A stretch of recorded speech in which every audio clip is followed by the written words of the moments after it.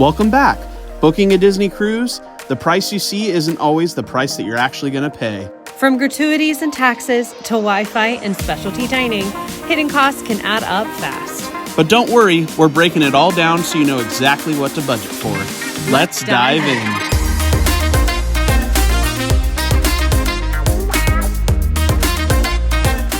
Hey! Hi. Welcome back. Welcome back to Season Dreams. And once again, still parting our pixie dust. Hopefully this will be the last time. Yeah, we will. I think we'll have some time with the series that's going to be coming after this one, Concierge series. We're going to hopefully... Unexpected Concierge series. Yeah, hopefully do some painting. While you guys are enjoying that, we won't have to film. Yeah. But let's get right into it. So this video is going to be covering the hidden costs on a Disney cruise. Yeah, there are so many things that you pay for it and it goes through and you're like, yes, I'm ready. And then you're like, oh wait, I still have to pay for this and this and this and this. It adds up. Yeah, so we just want you to be fully prepared for your cruise when you're going into it. You know what to expect. All right, so number one is taxes, fees, and port charges. Yeah, so this one is one that you'll be able to see even before you hit submit and book your cruise. Just like any other kind of purchase, you get charged taxes. It's the same for this thing too. The only extra thing is those port fees. Disney's charged a fee every port that they go to. Yeah. And so they just kind of tack that on at the beginning so that you don't have to worry about it when you're there. So it's going to vary a lot. We're going to do our best to give you guys good numbers on all of these things that we're going to bring up in this video. You may even see us look over. We have some of our notes posted to make sure that we give you accurate information. Yeah, but with this one specifically, it's a little hard just because, like Michelle said, it can vary by port to port. Even the time of year that you're cruising could change that. So we're not going to give specific numbers. We just wanted you to be aware of that and know that when you go to book your cruise that it's going to be there. The next one is gratuities. Disney actually gratuities or automatically charges you $16 per person per day. And so that covers 4 individuals. That covers your stateroom host. So that's the person who takes care of your room, does all those services. They usually do about 2 services a day. It takes care of your dining room server. So that's kind of that main waiter or waitress that's taking your order, putting it in, bringing you food, all that stuff. It covers your assistant server. So that person usually takes care of like your drink service, your bread service, helps clear, give you silverware, things like that. And then it covers the head server. So that, I think there's usually about 4 per restaurant. There's 4 per restaurant. And or is it 4 total? I always forget. I think it's 4 per restaurant because there would be 4 with the rotational dining. There would be 4 at each restaurant. So they just help manage the restaurant. And they usually come around and introduce themselves on the first night. Sometimes if there's a show, they won't always, but at some point during your cruise, you will meet them. They will introduce themselves, and you'll know it's them too because they're usually the reason they're in that role. Well, and the reason they're in that role is usually their guest service is even better. It's really good. So your $16 per person per day covers those 4 individuals. Except if you're in concierge, it is higher. It's $27.50 per person per day, and the additional cost for that is because of all of the concierge hosts and server hosts. So number 3 is ground transportation, specifically Disney ground transportation. Yes. To Port Canaveral. That was what I was going to say. We've only done Port Canaveral. We haven't done Fort Lauderdale yet. We will in November, so we'll keep you updated on that one. But for Port Canaveral, they have 3 pickups. So they have Walt Disney World hotels, they have Orlando International Airport, and then they have the Hyatt at the International Airport. I don't know why they have the 2 different ones, but they do. It's in the same location. So we've only ever done the Hyatt one. We haven't done the actual airport, so I'm not sure where that goes from. But not sure. It's there. Yes, but anyways, this is $45 per person per way. So for us, it's $90 each way or $180 total. So for some people, it might be cheaper to get a rideshare depending on how many people you have. Yeah. If you're a family of 5, it might be way cheaper for you to get a rideshare service than it is to take Disney transportation. We prefer to, one, because it's much easier with our bags. You can leave your bags in the hotel, either at Walt Disney World or at the Hyatt. You just leave your bags literally inside your room and they pick it up. And 2, you usually get an earlier check-in time because they let the Disney buses go first, go earliest. So even when you check in, you don't pick a port arrival time because just whenever you get there, you can kind of go on, which is really great because you can get on the ship as soon as possible. Yeah, that's nice. It makes it very stress-free. That's for sure. Absolutely. Hitting cost number 4 is all about Wi-Fi. Yeah, so this is a big one, guys, and it's definitely going to cost you if you want to use it. Yeah. So I'm going to reference some notes to give you guys some exact numbers. So for their basic package, which you can, send an email, maybe send a text message via Wi-Fi, those type of things. You're not going to be able to browse like social media or anything like that. It's very, when they say basic, it's very basic. That's going to cost you $16 per day per device. So if you have 2 people and they each want that package, it's going to be 16 times 2. 32! 32. Hey, good job, math teacher. Thanks. So the next one up from there that's going to allow you to do a little bit more is going to be $24 a day, and they literally call this their social media package. This is going to allow you to check your social media, do some light browsing on the internet. So, check TikTok, Instagram, all of those type of things. You're still not going to be able to, like, if you're a YouTuber, you're not going to be able to, like, upload a video or anything like that, or even really upload photos. I don't know if it will actually allow you to upload a photo that you're uploading to Instagram, but you can check Instagram. And then the last one is going to be $34 a day, and that's their premium streaming internet package. And that one lets you do pretty much everything. So however you would normally use your phone. Basically. So you're going to be able to make Wi-Fi calls, which is one of the reasons we get it, because we like to call home and check on our fur baby. We need video evidence of life. We're not ashamed of that at all.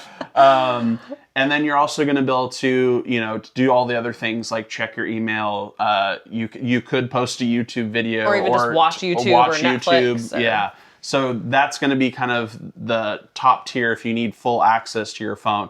And so the one thing that you can do to save yourself a little bit of money is we know people that will log out of their app and then have the other person log into theirs so that they don't have to pay for one device. Yeah. And you're just kind of going back and forth. Yeah. We don't really use it because he manages all of our social media stuff for the most part. And you really don't need it. Like, I find that I use it a lot more on at-sea days, and the service is, I've heard mixed reviews about what the internet is. We've now done 3 cruises, and it's been great on all 3 for me. You get a little bit of a discount if you do book basically, because you can do it by day or you can do it for your whole cruise. If you do it for the whole cruise, you save a few dollars, but it's not enough to where I feel like if you're unsure how much you're going to use it, that it saves you enough to just end up doing the whole week instead of day by day.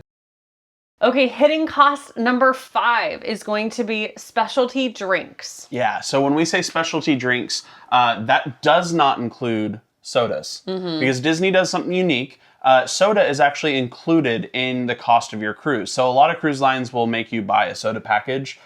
Disney does not. So with the exception of bottled soda. So anytime you have to get a bottled soda or buy a bottled soda. Or a can of soda. That's going to cost you extra. But if it's out of one of the fountains or if you got it at like dinner during your rotational dining, that is included. They do have hot coffee on the pool deck as well. Yeah. However, it's not very good. So they do have specialty coffees. So any kind of lattes or things, they have those available usually at least at one cafe. Yeah. There's also any kind of alcohol. They don't have an alcohol package. So that's one thing that Disney does not do that other cruise lines do is an alcohol package. They do have like a drink of the day, which is a discounted. It's usually about $5.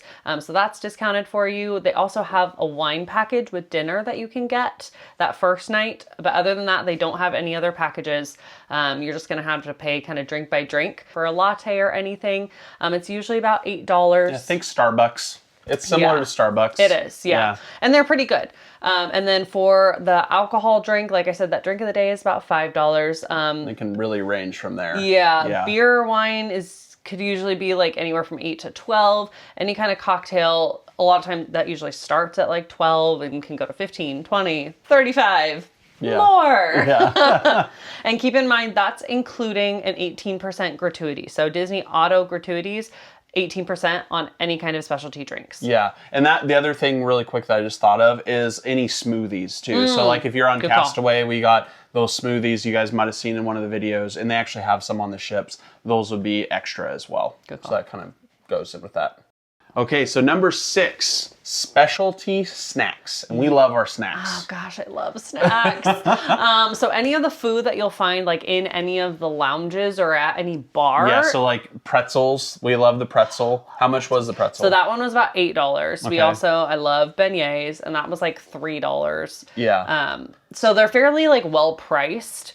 A bunch of the ships have ice cream shops. So like the Dream, the Wish, the Fantasy, and the Treasure all have ice cream shops on them. And it's important to note that she's talking about specialty ice cream and not frozen. Not soft serve. Not soft serve. You go get that free soft serve on the pool deck. On the pool deck, yeah. All day long. Yeah. These are actual shops that are outside of that. Yes, and they have other desserts as well, but those like gelatos and ice creams, those are usually Cupcakes. like $3 to $4 per scoop. Yeah. So it's not super expensive. It's not terrible. Yeah. Yeah, any kind of popcorn. So outside the theaters, they have popcorn and candy for sale. I think the popcorn's usually like $2 for pro a tip refill. with that. Yeah, pro tip with that. Bring a popcorn bucket. Yeah, so if you have one that you like from the parks, bring it with you. Yeah. Cheaper. Yeah. I don't remember how much it costs without the refill. I think the refill is only like $2. So Yeah, it's not unreasonable, but it does cost more. yeah, So, and as you're getting those, if you're getting a drink with a snack, those just tend to add up. So Yep. we want you to be prepared. Yeah. Okay, number 7, on the topic of food. Which is the reason everybody goes on a Disney cruise Right. or any kind of cruise. Specialty dining. Some of the examples are Palo, Remy, Enchante. Palo is a really popular one. That one's usually about $50 per person for the prefixed menu. And they do both brunch and dinner, so that's a really popular option. Remy is another one that's really popular. That one's about $125 per person for a prefixed menu. And then Enchante, I don't even know what it costs, but I know that it's more lot. than $125. So that one, definitely if you are planning on doing that, budget that in. Yeah, and mind that all of the numbers Michelle said is where it starts. Yes. That's a very base price that you could get into these for, and it goes up from there. Yeah, and because a lot of those too have like wine pairings and things, and so that will charge you extra, obviously. Hidden cost number 8 is photo packages. The individual photo for a digital download is $20. And this is something that we actually learned from experience. There was a photo that we just happened to miss from a character interaction that we really wanted. And so we were like, oh, the PhotoPass was shooting. We'll just go and look at it and download that. And we were like, whoa, we were not expecting that $20 cost. for a single photo is a lot. And that's pre-tax. For a digital and, download, like Yeah. not even a print. Yeah. So that kind of took us off guard. Now, if you want if you want an unlimited package, it starts at $200 and goes up. yeah, and they do have other packages that's like a 10 photo package, a 20 photo package, etc. There's so many different packages. Yeah. They have sit down sessions. There's so much. Yeah. Okay, so number 9 is travel insurance. Yes, and this is something that you can book through Disney, and they actually give you the option while you're booking to just add it on. We actually use third-party travel insurance because we kind of need something that covers every part of our trip, not just our cruise. And we actually talked about that in our past 2 videos, so you can go back and watch those if you want more information about that. Yeah. But just travel insurance in general is always going to be a little bit of an extra cost. Through a third party, we usually pay anywhere from like $200 into the $300s for kind of that full coverage insurance that we are looking for. Yeah, it usually depends on your itinerary and the How length long, of your cruise. all Yeah. of those things. So that's a very variable cost, but so that's just kind of our rough estimate for that. So number 10 is related to the Small World Nursery. Yes, so It's a Small World Nursery is only for babies that are 6 months old to 2 years old. And that you do have to book in advance, and it is $9 an hour or $4.50 every half hour for that first child, and then $8 an hour for a second child. Now, this is the only kids club that you have to pay for. All the other kids clubs are free, but this age you do have to pre-book and pay for. Yeah. Hidden cost 11 is, rolling with that kids theme, is the Bibbidi Bobbidi Boutique. Now say that 10 times fast. So with the Bibbidi Bobbidi Boutique, It starts at $100. Now, that $100 is only going to be for kind of the makeup and the very base, and then the cost goes up from there. So the actual full experience that a lot of people do with the costume is around $200. I think it starts at like $199. And then there's actually a pirate version of this as well. Yeah, so everybody gets the bandanas. Those are for free if you've seen those on other videos. But they do have the packages through the Bibbidi Bobbidi boutique that start at $59. Keep in mind, it's the same kind of situation where there's like 3 different packages and that's only like hair and like face painting. Yeah. And then the full one I think is like 150 or something. Yeah, I think it's just ever so slightly cheaper than what the prince and princess one is. Yeah. Yeah. Hidden cost number 12 is the Royal Court Royal Tea. I see what they did there. But royal very punny. Very punny.